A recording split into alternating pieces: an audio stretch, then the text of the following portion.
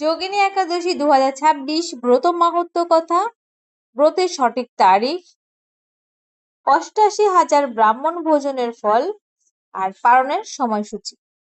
নমস্কার প্রিয় দর্শকবৃন্দু, ভগবানী ভরসা চ্যানেল থেকে নতুন পর্বে আপনাদের সুস্বাগত। আশা করি ঈশ্বরের কৃপায় ভালো আছেন এবং সুস্থ আছেন। আজ আলোচনা করব যোগিনী একাদশীর ব্রত সম্পর্কে। আষাঢ় মাসের কৃষ্ণপক্ষের এই পবিত্র একাদশী ব্রত এবছর 11 জুলাই শনিবার পালন করা হবে।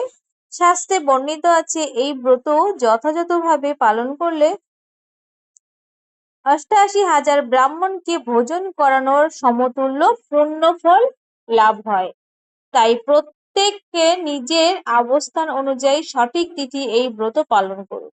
তবে বিভিন্ন দেশের সময়ের পার্থক্যের কারণে ব্রত পালনের তারিখ কিছু স্থানে ভিন্ন হতে পারে। যেমন 10 জুলাই পালন করতে হবে আমেরিকা, কানাডা, মেক্সিকো সহ সমগ্র উত্তর আমেরিকা, সকল দেশ, ব্রাজিল, আর্জেন্টিনা, চিলি, পেরু সহ সমগ্র দক্ষিণ আমেরিকার সকল দেশ, ইউরোপ, স্পেন ও পর্তুগাল এবং আফ্রিকা, মালি, নাইজেরিয়া, কম্বো, অ্যাঙ্গোলা ও দক্ষিণ আফ্রিকার বসবাসকারী ভক্তরা।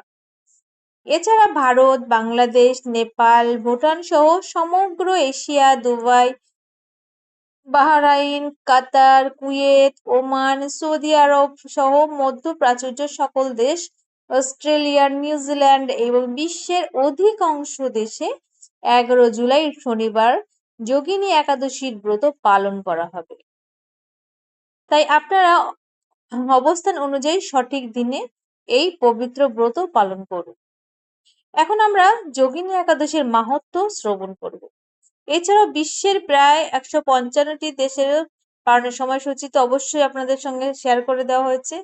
তো একাদশীর ব্রত পালনের নিয়ম অনুযায়ী একাদশীর আগের দিন রাত 11টা থেকে 11:30টার মধ্যে অন্ন গ্রহণ সম্পন্ন করে শুচি হয়ে নেবেন। একাদশীর দিনে যথাসম্ভব উপবাস পালন করবেন। কেউ নির্জলা উপবাস করতে না পারলে ফল, জল, দুধ এবং একাদশী অনুকূল খাদ্য গ্রহণ করতে পারেন। একাদশীতে সাবুদানা, আলু, মিষ্টি আলু, চীনাবাদাম, বিভিন্ন ফল, দুধ ইত্যাদি গ্রহণ করা যায়। সাবুদানার খিচুড়ি, পায়েস, আলুর পদ বা আলুর চিপস প্রস্তুত করা যেতে পারে। তবে এসব রান্নার বিশুদ্ধ ঘি অথবা সয়াবিন তেল ব্যবহার করাই শ্রেয়। অন্যদিকে কাউন, শ্যামা, বাজরা, চিয়া সিড, ওটস, কুইনোয়া, ছোলা, ডালিয়া প্রভৃতি খাদ্য একাদশীতে গ্রহণ করবেন না। স্বাস্থ্যসম্মতভাবে ব্রত পালন করাই সর্বোত্তম। এই দিনে যত বেশি সম্ভব হরিনাম জপ করুন, ভগবানের স্মরণ সময় অতিবাহিত করুন এবং শ্রীমদ্ ভগবদ গীতা, বৈষ্ণব শাস্ত্রে অধ্যয়ন করুন। চাইলে যোগিনী একাদশীর মাহাত্ম্য পাঠ করতে পারেন। এছাড়াও আসন্ন 16 জুলাই রথযাত্রা মহা উৎসব উপলক্ষে আরো একটি বিশেষ আয়োজন রয়েছে। তো রথযাত্রার পূর্বেই 11 জুলাই এই পবিত্র যোগিনী একাদশীর ব্রত যথাযথভাবে পালন করে ভগবানের অশেষ কৃপা লাভ করুন।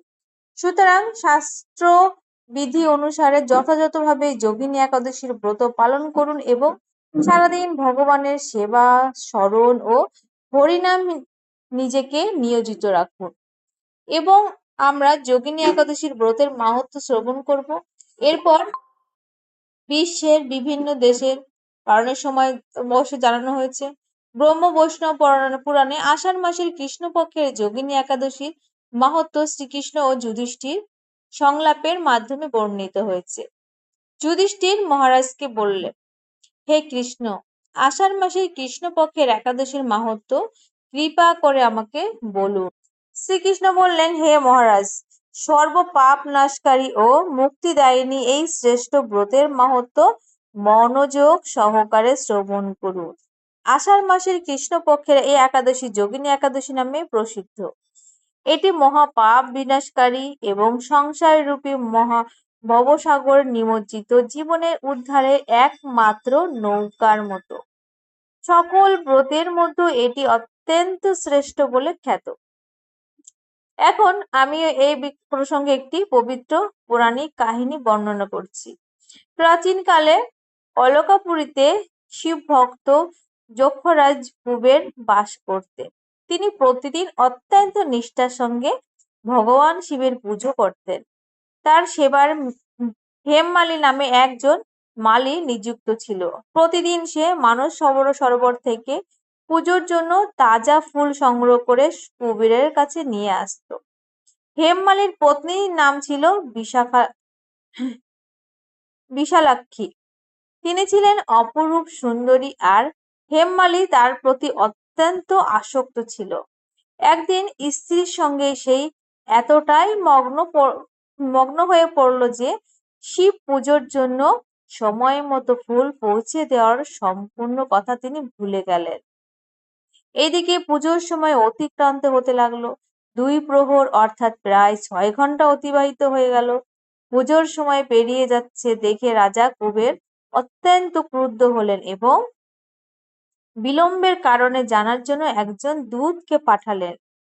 দূত ফিরে এসে জানলেন যে হেমমালী নিজের গৃহে স্ত্রীর সঙ্গে আনন্দে মগ্ন রয়েছেন। এই কথা শুনে কুবের প্রচন্ড রেগে গেলেন এবং সঙ্গে সঙ্গে হেমমালীকে তার সামনে উপস্থিত হওয়ার আদেশ দিলেন। হেমমালিনী নিজের অপরাধ বুঝতে পেরে অত্যন্ত ভীত হয়ে পড়ল। এমনকি স্নান করারও সময় পেল না। সে অবস্থাতেই রাজার সামনে উপস্থিত হলো। তাতে দেখেই কুবের ক্রুদ্ধ হয়ে বললেন, হে পাপিষ্ঠ! ভগবানের শিবের পূজার জন্য নির্ধারিত পুজো সময় মতো না এসে তুমি গুরুতর অপরাধ করেছো। তাই আমি তোমাকে অভিশাপ দিচ্ছি। তুমি কুষ্ঠ রোগে আক্রান্ত হয়ে স্বর্গ থেকে পতিত হবে এবং তোমার প্রিয় স্ত্রী থেকে বিচ্ছিন্ন হয়ে পৃথিবীতে অসীম দুঃখ ভোগ করবে। কুবেরের অভিশাপে হেমমালী সঙ্গে সঙ্গে স্বর্গ থেকে পতিত হলো। সে কুষ্ঠ রোগে আক্রান্ত হয়ে পৃথিবীতে দীর্ঘদিন অসহ্য কষ্ট ভোগ করতে লাগলো। রোগের যন্ত্রণায় তার দিন কাটতো কোথায়, কোন শান্তি বা স্বস্তি পেত না। তবে পূর্বে ভগবান শিবের পুজোর জন্য নিষ্ঠার সঙ্গে ফুল সংগ্রহ করার যে সুকৃতি সে অর্জন করেছিল, সেই পুণ্যের প্রভাবে সে কখনো সাধুজনদের প্রতি শ্রদ্ধা হারায়নি। একদিন কষ্টে কষ্টে ঘুরতে ঘুরতে সে হিমালয়ে অবস্থিত মহর্ষি মার্কেন্ডের আশ্রমে উপস্থিত হলো। মহর্ষি তাকে দেখে স্নেহ ভরে জিজ্ঞাসা করলো, হে বৎস, কোন অপরাধের ফলে তুমি এমন দুঃখজনক অবস্থায় পতিত হয়েছ? হেমমালী বিনীতভাবে সমস্ত ঘটনা খুলে বললেন। হে মহর্ষি, আমি যক্ষরাজ কুবেরের সেবক হেমমালী। প্রতিদিন মানস সরোবর থেকে ফুল এনে শিব পুজোর জন্য রাজাকে দিতাম, কিন্তু একদিন স্ত্রীর প্রতি আসক্ত হয়ে সময় মতো ফুল পৌঁছে দিতে পারিনি। সেই অপরাধে রাজা আমাকে অভিশাপ দিয়েছে। আজ আমি কুষ্ঠ রোগে আক্রান্ত হয়ে সীমাহীন কষ্ট ভোগ করছি। আপনি দয়া করে অনুগ্রহ করে আমাকে মুক্তির পথ দেখান। মহর্ষি মার্কণ্ডের করুণাময়ে বললেন, হে হেমমালী, তোমার মঙ্গলের জন্য আমি এক মহাপুণ্যময় ব্রতের উপদেশ দিচ্ছি। আষাঢ় মাসের কৃষ্ণপক্ষের যোগিনী একাদশীর ব্রত নিষ্ঠা ও ভক্তি ভরে পালন করো। এই ব্রতের পুণ্য প্রভাবে তুমি অবশ্যই কুষ্ঠরোগ থেকে মুক্তি লাভ করবে এবং পুনরায় শুভ গতি অর্জন করবে। মহর্ষি মার্কেন্ডের উপদেশ শ্রবণ করে হেমমালী তার সশ্রদ্ধ প্রণাম জানালো। এরপর তিনি মহর্ষির নির্দেশ অনুযায়ী গভীর নিষ্ঠা ও ভক্তি ভরে যোগিনী একাদশীর ব্রত পালন করলেন। এই ব্রতের পুণ্য প্রভাবে তিনি কুষ্ঠ রোগ সহ সকল রোগ থেকে মুক্তি লাভ করলেন এবং পুনরায় নিজের পত্নীর সঙ্গে সুখে শান্তিতে জীবন যাপন করতে লাগলেন। হে মহারাজ, এই হলো যোগিনী একাদশীর ব্রতের পবিত্র মাহাত্ম্য। শাস্ত্রে বলা হয়েছে এই ব্রত যথাযথভাবে পালন করলে ৮৮,০০০ ব্রাহ্মণকে ভোজন করানোর সমতুল্য পুণ্যফল লাভ হয়। হরি বল। এছাড়াও যে ব্যক্তি এই মহাপাপের নাশকারী ও মহাপুণ্যদায়িনী যোগিনী একাদশী ব্রতের মাহাত্ম্য ভক্তি ভরে পাঠ করেন বা শ্রবণ করেন, তিনি সকল পাপ থেকে মুক্ত হয়ে ভগবানের বিশেষ কৃপা লাভ করেন। এটাই ছিল যোগিনী একাদশী ব্রতের মাহাত্ম্য। তাই আপনারা সকলে শাস্ত্রবিধি অনুযায়ী সঠিক তিথিতে ও সঠিক নিয়মে এই পবিত্র ব্রত পালন করুন।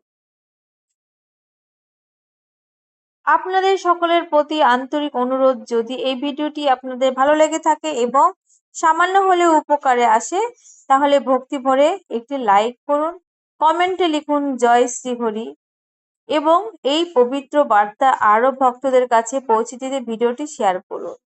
এমনই সনাতন ধর্মের মাহাত্ম্য, ব্রত কথা, পূজা পদ্ধতি ও ভক্তিমূলক ভিডিও নিয়মিত পেতে আমাদের চ্যানেলটি সাবস্ক্রাইব করে পাশে থাকা বেল আইকনটি অবশ্যই চাপুন। ভগবান শ্রীহরি অশেষ কৃপা, আশীর্বাদ ও মঙ্গলময় দৃষ্টি আপনাদের এবং আপনাদের সমগ্র পরিবারের উপর সর্বদা বর্ষিত হোক। জয় শ্রীহরি, হরে কৃষ্ণ, রাধে রাধে।